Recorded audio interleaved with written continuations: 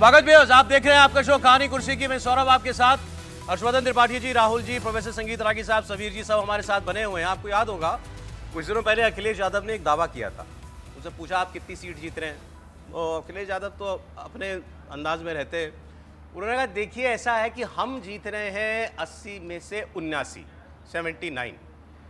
तो बची कौन सी, पूछा गया तो कौन सी छोड़ कौन सी रहे हैं आप भाजपा के लिए?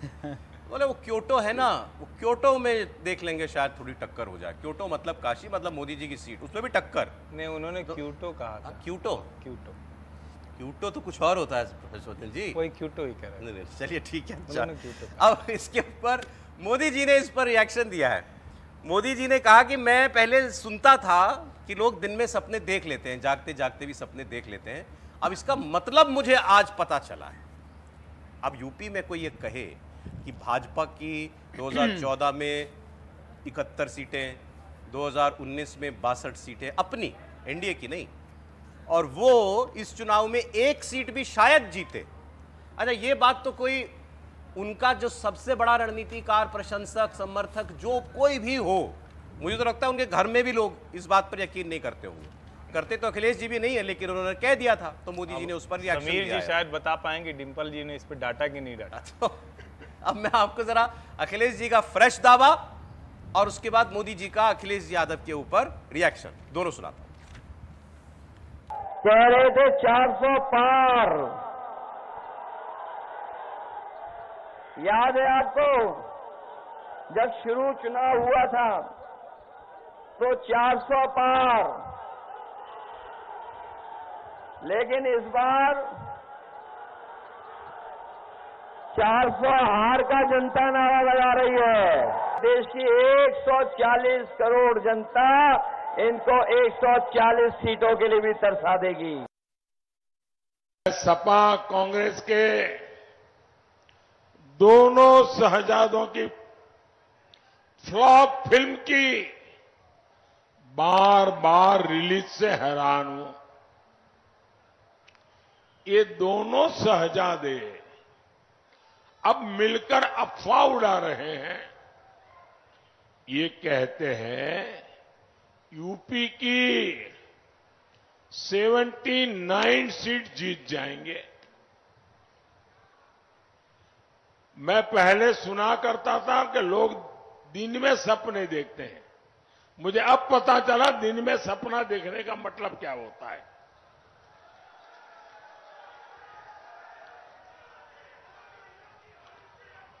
चार जून को यूपी की जनता इनको नींद से जगाने वाली है और तब ये ठिकरा ईवीएम पर फोड़ेंगे। देखिए, ईवीएम पर तो ठिकरा फूटने ऑलरेडी लगा है, चुनाव आयोग पर फूटने लगा है, वोटर कहां से बढ़ गए इस पर फूटने लगा है। इसकी बात 2 बजे। लेकिन अभी जो दावा उन्होंने किया समीर जी कि भाई 400 पार नहीं 400 हार और 140 के लिए भी तरसा देगी जनता, इस बार गणित ठीक किया उन्होंने। 400 प्लस 140, 540 का गणित ठीक किया अखिलेश यादव। देखिए, अखिलेश यादव अगर ये कहते कि रायबरेली से राहुल गांधी जीतेंगे तो जनता मान लेती। अखिलेश यादव ये कह देते कि भाई कन्नौज से मैं जीतने जा रहा हूँ तो भी जनता मान लेती। अखिलेश यादव सीधे बोल रहे हैं कि 79 सीटें हम जीतने जा रहे हैं, सिर्फ 1 सीट बीजेपी को देने जा रहे हैं।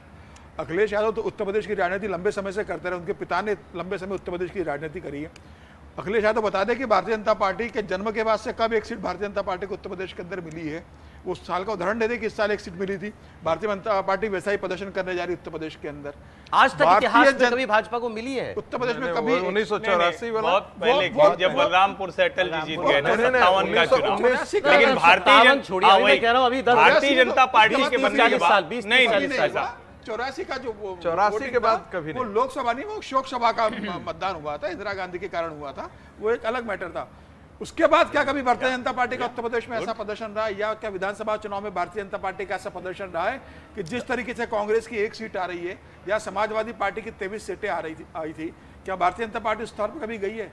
भारतीय जनता पार्टी का उत्तर प्रदेश के अंदर संगठन हमेशा मजबूत रहा है और अखिलेश यादव इस बात को जानते हैं कि भारतीय जनता पार्टी उत्तर प्रदेश के अंदर 2019 से ज्यादा बेहतर प्रदर्शन करने जा रही है। नहीं, आप कंप्लीट। लेकिन मुझे ऐसा लगता है कि अखिलेश यादव अपने कार्यकर्ता के अंदर उत्साह भरने की कोशिश कर रहे हैं 4 जून की तारीख दूर नहीं है सर। इससे उत्साह नहीं भरता। आप 80-79 कह रहे हो, इससे उत्साह नहीं भरता। अगर वो प्रैक्टिकल बात कहते ना कि भाई तुम्हारी 40 पर लड़ाई चल रही है, 40 सीट निकालेंगे इस बार, 50 वो इंडिया के वो कांग्रेस के कार्यकर्ताओं को उत्साह भर रहे हैं कि देखो हम अच्छी स्थिति के अंदर है, हम इस स्थान पे पहुंच गए होंगे। आपने संदेश देने की आपने कोशिश। राहुल गांधी वाली जिक्र किया तो मेरे को कभी एक बड़े विश्वसनीय व्यक्ति ने एक बात बताई। अब मैं वो वैसे उन शब्दों में बताऊंगा तो बवाल मच जाएगा, लेकिन ये कहा गया कि अखिलेश यादव ने राहुल गांधी से जितना पॉसिबल था मनाने की कोशिश कर ली, जितना पॉसिबल था। मतलब लगभग, उनके शब्द है, लगभग पांव ही नहीं पकड़े बस। ये कहने के लिए कि भैया अमेठी से लड़ लो, अमेठी से लड़ लो, चुनाव बन जाएगा, यूपी का माहौल तैयार हो जाएगा, आप अमेठी से चुनाव लड़िए। वो आदमी तैयार नहीं थे चुनाव लड़ने की। बिल्कुल ठीक बात है, ये सच है। और ये बात सही है। अखिलेश यादव की इस बात में दम क्यों है? आज मान लीजिए चुनाव अमेठी में स्मृति ईरानी बनाम राहुल गांधी हो रहा होता, कितनी चर्चा होती है उस चुनाव की। हम रोज उस चीज को डिस्कस करते हैं, डेली डिस्कस कर रहे होते हैं। और फिर उसके बाद हार जाता तो आप लोग कहते हैं कि राहुल हार गए। क्यों इसकी चर्चा? ऐसी चर्चा से क्या मिलना है राहुल जी को? राहुल जी ने बहुत वाइज डिसीजन लिया, उनको पता था कि हारेंगे ही हारेंगे, इसलिए वो हट गए। ये तो समझदारी भरा फैसला है ना, इसमें कौन सी बात। इतना राहुल को हिम्मत दिखाना होता तो वायनाड गए होते हो। भाई जो आदमी हार की आशंका से वायनाड चला गया हो, उसको जब हार तय दिख रही हो, निश्चित दिख रही हो, तो क्यों वहां हार रुकेगा? की सही आशंका से। हाँ बिल्कुल। आशंका जो थी उनकी वो सही हो गई, वो वायनाड गए इसलिए थे। तो अभी तो लगा होगा भाई आप आइए तो मतलब चुनाव में कुछ करंट आएगा ना अगर अमेठी से लड़ोगे आप तो, लेकिन वो नहीं माने। अच्छा चलिए, इस पे तो हम लोग पहले कई बार बात कर चुके। मैं आपके सामने अब कुछ सीटें ऐसी रख रहा हूं जहां 10,000 से कम मार्जिन पर हार जीत तय हुई थी। तो क्योंकि सारी सीटें हमारे मेहमान जो है सब लगभग पहचानते हैं, इसमें से कुछ एक सीटें हो सकती हैं साउथ की जो हम लोग नाम से शायद ना पता हो किसी को बहुत ज्यादा, लेकिन फिर भी जैसे यूपी की मैं सीट बात कर रहा हूँ। अब इसमें मैटर नहीं करता किसको कितनी थी, फिर भी बताता हूँ आपको। ये 29 सीटें हैं ऐसी, इसमें से 9 भाजपा की थी, 6 एनडीए सहयोगी, मतलब 15 हो गई। 29 में से 15 सीटें ऐसी थी जो 10,000 से कम मार्जिन में भारतीय जनता पार्टी जीती थी। और ये कहीं भी जा सकती है, लोकसभा में 10,000 का मार्जिन कुछ नहीं होता। मैं नाम ले रहा हूं आपके सामने, अब मुझे बताइएगा कि ये किस तरफ जा सकती है। ठीक, यूपी की मुजफ्फरनगर की सीट बताइए साहब, मुजफ्फरनगर की सीट कोई दिक्कत? पहले से अधिक बढ़िया बहुमत के साथ संजीव बालियान लोकसभा में पहुंचे। मछली शहर एक टफ सीट, मछली शहर में मुकाबला कड़ा होगा। वहां भारतीय जनता पार्टी के लिए बहुत आसान है, बहुत न्यूनतम से जीती थी, सबसे कम से शायद जीतने वाली यही 181 वोट, 181 वोट से सबसे कम। बहुत कठिन है ये जाएगी। सीट भारतीय जनता पार्टी के लिए कठिन है, लेकिन पलटेगी। लेकिन 19 में बसपा और सपा एक साथ थे। अच्छा ठीक है, आज बसपा सपा एक साथ नहीं है, और उसके साथ एक चीज जुड़ी है जिसको हम लोग नहीं देख रहे हैं। ओम प्रकाश राजभर भी साथ हैं, संजय निषाद भी साथ हैं। राजभर पिछली बार नहीं थे, राजभर नहीं थे कारण तो इसीलिए मैं कह रहा हूं कि ये दो चीजें हो गई ना, मतलब बसपा नहीं, लेकिन पूरे पूर्वांचल में जब हवा बह रही थी भाजपा की, वहां पर जो है इतना कम मार्जिन में एक सीट राजभर के वहां बहुत वोटर्स हैं। 19 की बात कर रहा हूं, 19 में क्या? हाँ इसीलिए वोट ले गए थे। 19 में तो सपा बसपा एक साथ हो गई। पूर्वांचल में डाउन थी भाजपा, पूर्वांचल में डाउन थी ना। ओके। पूर्वांचल में गाजीपुर हारी, पूर्वांचल में मऊ हारी, पूर्वांचल में जौनपुर हारी, पूर्वांचल में मछली शहर हारी, पूर्वांचल में आजमगढ़ हारी, तो ये सारी सीटें तो हारी है। और इस बार इनमें से देखिए, एक आजमगढ़ में, जौनपुर में कोई कंफ्यूजन नहीं है, जौनपुर मजे से जीत रहे हैं। मऊ बहुत अच्छी लड़ाई थी, अगर ओम प्रकाश राजभर ने, जिसको कहते हैं ना कि अपनी गड़बड़ियां सुधार ली होंगी, तो वो सीट जीतने की तरफ जाएंगे। गाजीपुर में अभी भी कड़ा मुकाबला है, अभी भी वहां आसान नहीं है। ये मछली शहर वाली सीट थोड़ी टफ है, कठिन लड़ाई वाली है, लेकिन अब इसमें कुछ सीटें तो जो है, जैसे जौनपुर है, अब इसमें कोई लड़ाई बची ही नहीं रहेगी। ओके ठीक है, इसमें कोई अब कोरापुट मेरे ख्याल में उड़ीसा की सीट है। उड़ीसा में तो इस बार लोग कह ही रहे हैं कि भाई भाजपा को, देखिए उड़ीसा में जिस तरह के बयान आ रहे हैं, देखिए आप उड़ीसा का चुनाव जो है ना, बड़ा अनप्रेडिक्टेबल चुनाव होता जा रहा है।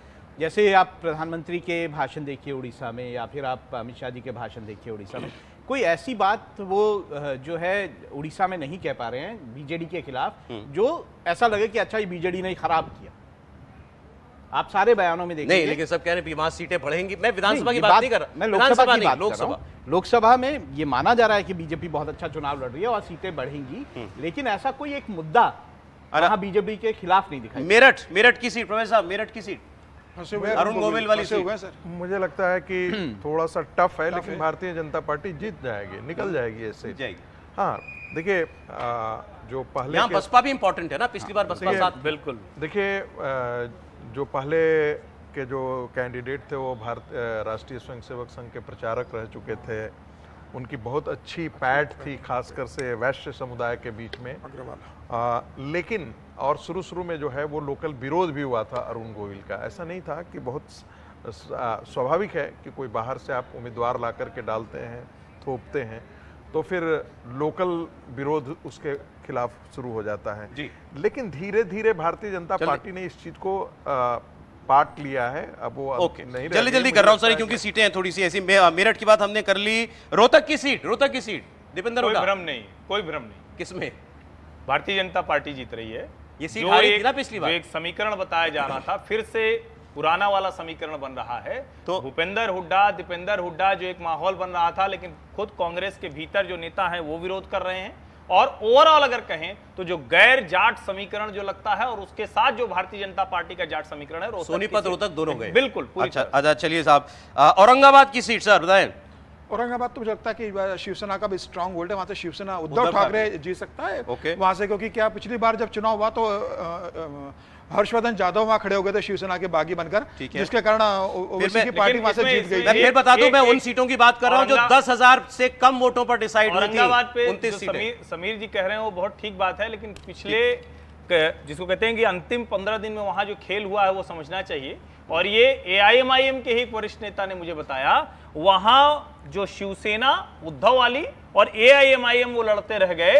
जो शिवसेना एकनाथ शिंदे है उसने ग्रामीण इलाकों में शानदार बढ़त बनाई है। परिणाम आपको शिवसेना एकनाथ शिंदे के पक्ष में दिखेगा। एकनाथ शिंदे के पक्ष में, ये कह रहे हैं उद्धव ठाकरे के पक्ष में। ऑलराइट, चलिए जहानाबाद कांकेर, बिहार की सीटें। बिहार प्रोफेसर साहब, बिहार एक्सपर्ट। मुझे लगता है कि थोड़ा सा टफ सीटें हैं, लेकिन अब निकल जाएगी। वहाँ पर एक था कि सवर्ण लोग जो हैं वो JDU के जो सांसद हैं, जो पिछली बार भी बहुत कम मतों से जीते थे, लेकिन उनके पक्ष में नहीं थे, और भारतीय जनता पार्टी ये चाह रही थी कि ये सीट बदल दी जाए, बट JDU इसके लिए तैयार नहीं हुई।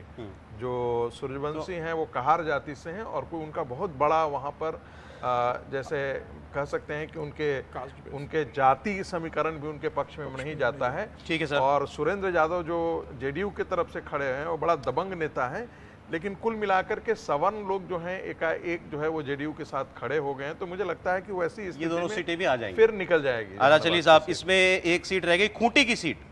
खूंटी अर्जुन मुंडा इस बार मतलब फंसे हुए वहां पर, बहुत आसान नहीं। पिछली बार ही 1700 वोटों से जीते थे अर्जुन मुंडा वहां पर, और पिछली बार जिस कांग्रेस के उम्मीदवार को हराया था वो भी मुंडा, ये कालीचरण मुंडा। इस बार उनका वहां पर एक अच्छा प्रभाव देखने को मिल रहा है। ऐसा कहा जा रहा है कि अर्जुन मुंडा केंद्र में मंत्री के बाद बहुत जमीन स्तर पर काम नहीं किया, और आदिवासी सेंटिमेंट उस सीट पर बेसिकली हेमंत सोरेन के कारण बीजेपी थोड़ा जा रहा है। लेकिन टफ है, लेकिन आप कह रहे हैं बीजेपी निकाल लेंगे। श्रावस्ती रह गया एक यूपी का। नहीं, श्रावस्ती देखिए भारतीय जनता पार्टी के लिए थोड़ी कठिन सीट तो है, लेकिन जिसको हम कहते हैं कि अगल बगल की सीटों के समीकरण की वजह से, क्योंकि जो पहले के थे ददन मिश्रा, वो भारतीय जनता पार्टी का विरोध उस तरह से नहीं कर रहे हैं, और यहाँ साकेत मिश्रा को दिया है जो नृपेंद्र मिश्रा के बेटे हैं, नेता नहीं है, लेकिन ओवरऑल वहां का जो सीट का समीकरण है उसमें इसमें साउथ की सीटें भी हैं। देखिए इसमें कश्मीर की सीट भी है, अंडमान निकोबार, बाकी सब सीटें हैं। ओवर एक श्रावस्ती के मामले में का मुकाबला है। नहीं, अच्छा नहीं, मैं ओवरऑल 29 में कह रहा हूँ, 15 एनडीए था इस बार। ये तो कहीं भी जा सकती है ना 10,000 वाली। मैं ये तो ठीक है कि ये सीटें हैं, लेकिन नई कुछ सीटें जैसे हैं ना, जैसे हरियाणा की फरीदाबाद की सीट है, या चंडीगढ़ की सीट है, या फिर आप बात करेंगे हिसार की सीट है। ये सारी सीटें ऐसी हैं इस साइड पे। पंजाब की सीटें आप मान लीजिए, जहाँ समीकरण बदले हुए दिखाई देते हैं। तो जरूरी नहीं है कि इन सीटों पे हो सकता है बीजेपी दोबारा जीत जाए, और पिछली बार जिस पे हारी थी उस पर जीत जाए। लेकिन जिन सीटों में मुश्किलें दिखाई देती हैं वो है जैसे हरियाणा की सीटें हैं, पंजाब की सीटें हैं, आपको हिमाचल में मंडी की सीट दिखाई देती है, आपको इन सारी सीटों पे समीकरण बदले